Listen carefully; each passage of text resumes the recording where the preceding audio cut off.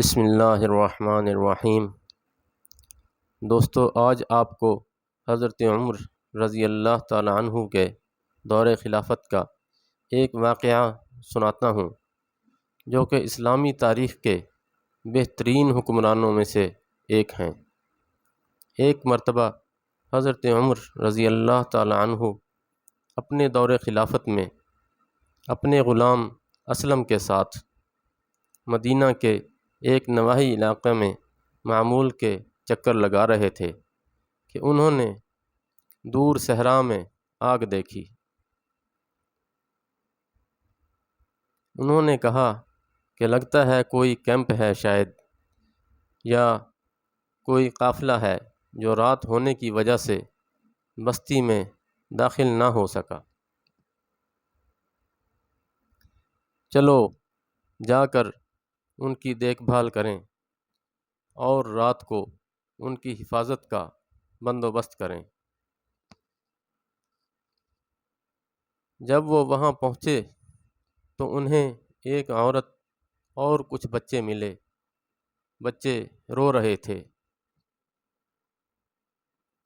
عورت کے پاس آگ کے اوپر پانی کا ایک برتن تھا۔ حضرت عمر رضی اللہ تعالی عنہ نے انہیں سلام کیا اور ان کی اجازت سے ان کے قریب تشریف لے گئے۔ عورت نے نہیں پہچانا کہ یہ عمر رضی اللہ تعالی عنہ ہیں۔ عمر رضی اللہ تعالی عنہ نے پوچھا، یہ بچے کیوں رو رہے ہیں؟ عورت: کیونکہ وہ بھوکے ہیں۔ عمر رضی اللہ تعالی عنہ دوبارہ گویا ہوئے، برتن میں کیا ہے؟ عورت: بچوں کو سکون دینے کے لیے صرف پانی ابال رہی ہوں تاکہ وہ اس یقین کے ساتھ سو جائیں کہ ان کے لیے کھانا تیار کیا جا رہا ہے، اور ساتھ ہی آہ بھر کر کہا، اللہ تعالی میرے اور عمر رضی اللہ تعالی عنہ کے درمیان قیامت کے دن فیصلہ کرے گا کہ میری تکلیف میں مجھے نظر انداز کیا گیا تھا۔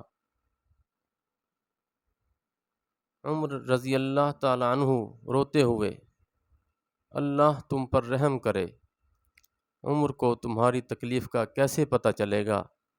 عورت: جب وہ ہمارا امیر ہے تو اسے اپنے آپ کو ہمارے بارے میں باخبر رکھنا چاہیے۔ حضرت عمر رضی اللہ تعالی عنہ شہر واپس آئے اور فوراً بیت المال میں سے آٹے، کھجور، چربی اور کپڑوں سے بوری بھرنے کے لیے لے گئے اور کچھ رقم بھی نکالی۔ جب بوری تیار ہو گئی تو اسلم سے کہا کہ اسلم، اب یہ بوری میری پیٹھ پر رکھ دو۔ اسلم: نہیں امیر المومنین، یہ بوری میں اٹھاؤں گا۔ حضرت عمر رضی اللہ تعالی عنہ نے اسلم کی بات سننے سے انکار کر دیا، یہاں تک کہ بوری اٹھانے کی اجازت دینے کی ان کی مسلسل درخواست پر کہا، کیا تم قیامت کے دن میرا بوجھ اٹھاؤ گے؟ مجھے یہ تھیلا اٹھانا ہے، کیونکہ یہ میں ہی ہوں گا۔ اس عورت کے بارے میں آخرت میں مجھ سے سوال کیا جائے گا۔ اسلم نے بہت ہچکچاتے ہوئے بوری کو عمر رضی اللہ تعالی عنہ کی پیٹھ پر رکھا، جو اسے تیز رفتاری سے عورت کے خیمے تک لے گئے۔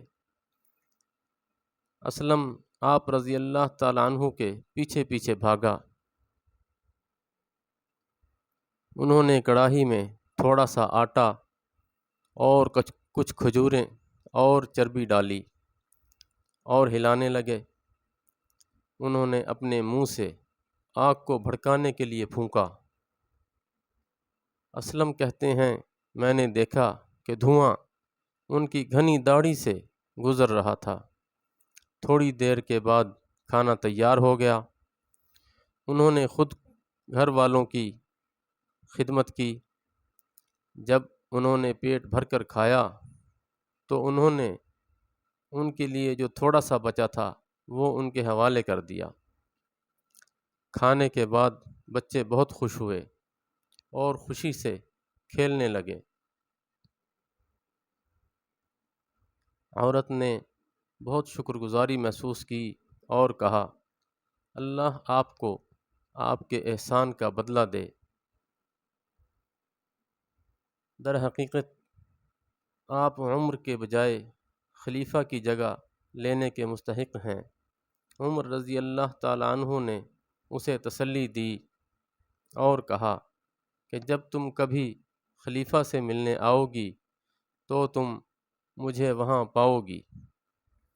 وہ کچھ دیر ان کے پاس ہی ایک جگہ بیٹھے بچوں کو کھیلتا دیکھتے رہے۔ اس کے بعد وہ مدینہ واپس آ گئے۔ واپسی پر اسلم سے کہا، کیا تم جانتے ہو میں وہاں کیوں بیٹھا تھا؟ اسلم، میں نے انہیں تکلیف میں روتے دیکھا تھا۔ مجھے انہیں کچھ دیر ہنستے اور خوش ہوتے دیکھنا بہت اچھا لگ رہا تھا۔ اسلام میں حکمرانی کے یہ اصول اور آداب ہیں دوستو۔ سبحان اللہ، جزاکم اللہ و احسن الجزا۔